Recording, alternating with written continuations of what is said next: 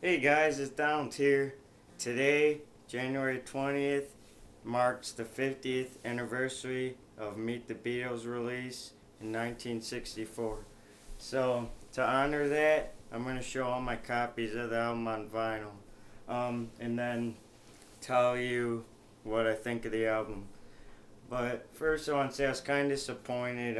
I have a cassette and CD, but I don't have it with me right now. The cassette is just a standard cassette version, and the CD was in the Capitol Albums box set. But I'll just show you my copies on vinyl, and then I will tell you my review on it. So enjoy. Here I got stereo copy, Golden Record Award, and the orange label. Next I got a pretty beat up copy, original mono. It has the original inner sleeve, and yeah, the record, this costs $1, but the record plays really good, so I'm glad about that. Next, here's another original mono. I got this for $6. It's in pretty good shape, but there is a thing here and it's a little tear right there, and it has the original inner sleeve, and the record plays pretty good. Also, all my copies do actually. Here's a really good copy, original mono. Got it for $11. Has the original inner sleeve, and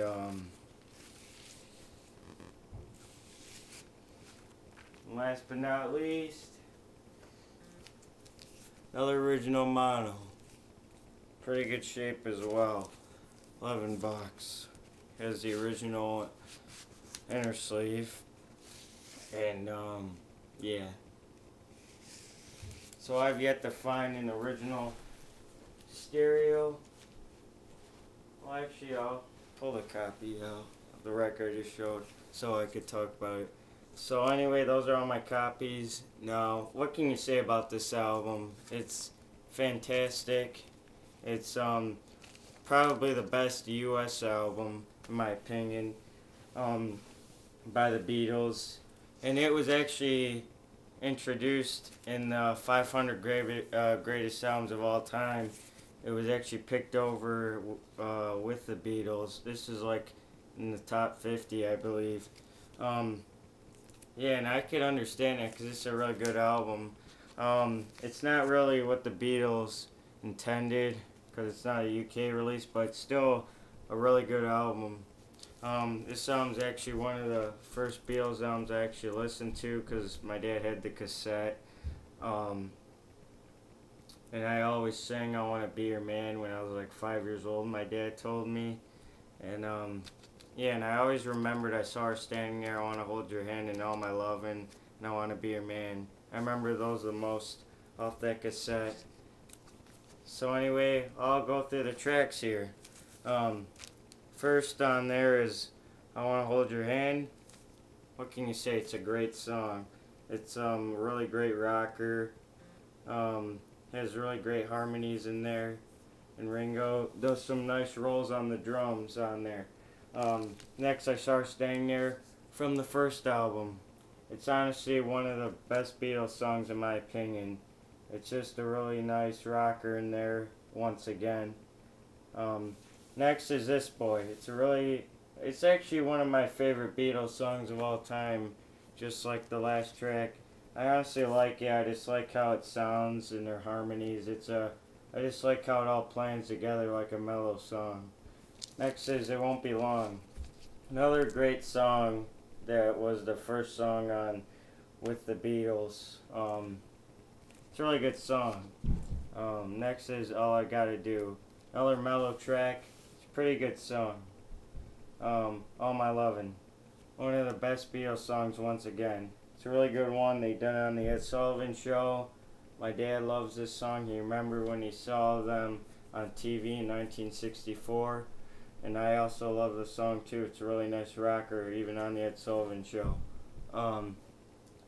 And that ends side one. Side two is Don't Bother Me, George Harrison's first official composition. It's a really good song. It has a different feel to it. The sound is really nice. Next is Little Child.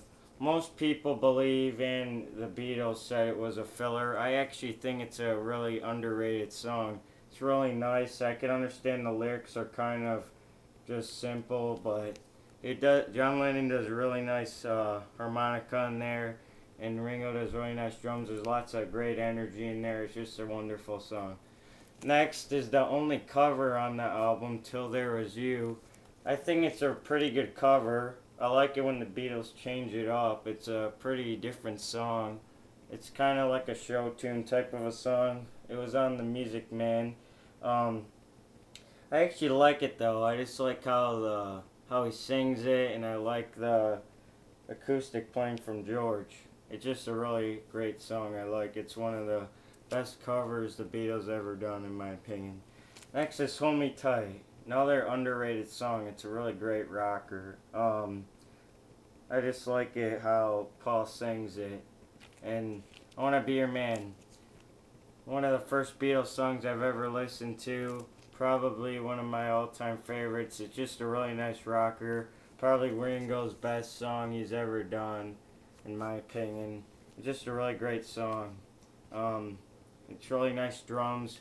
One of Ringo's most impressive drums in there. He just goes pretty fast and keeps a great key every time he's playing. And last song to end this album, Not a Second Time. Once again, another great song. I don't play it. I don't listen to it as much because I heard it a lot. But it's still a great song. You can't deny that. It's just a different take on the rest of the songs on the album, and it's a pretty good way to end this album. Even though if I don't listen to all the tracks constantly, they're still all pretty good songs at the end of the day. So anyway, that was Meet the Beatles. 50 years of this album's existence. So I give it a 10 out of 10. So thanks for watching. Bye.